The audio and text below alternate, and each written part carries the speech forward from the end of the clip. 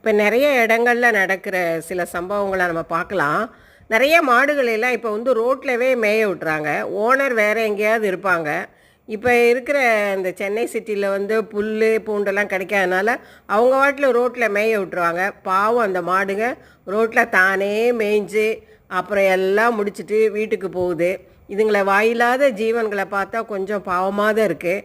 ஆனால் மாட்டுக்கு ஓனர் வேற யாராவது இருப்பாங்க பாருங்கள். இந்த மாதிரி ரோட்டில் அதை அனாமத்தை அது பாட்டு மேய்ஞ்சிக்கிட்டு இருக்கோம். அதை யாரோ ஒருத்தர் நல்லா பால் கறக்கிறதுக்கு திறமையுள்ள ஆள் வந்து இப்படி பாலை கறந்துட்டு போயிடுறாரு. அந்த பாலை கறந்துட்டு போனதுக்கப்புறம் அந்த மாட்டுக்காரங்க வர்றப்ப அவங்ககிட்ட இதை சொல்லவா வேண்டாமான்னு நம்மளுக்கு பெரும் பாதிப்பாக இருக்குது.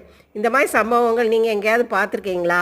பார்த்துருந்தீங்களா உங்கள் கமெண்ட் பாக்ஸில் சொல்லுங்கள். பாருங்கள், அந்த ஒரு மாட்டை பீச்சின உடனே அடுத்த மாடு பக்கத்தில் நின்றுட்டு பரிதாபமாக இருந்தது. இதை நான் வந்து அது எடுத்த உடனே அவர் பேசாமல் ஓடி போயிட்டார். மக்களே, இது மாதிரி நீங்கள் சம்பவங்கள் பார்த்துருக்கீங்களா?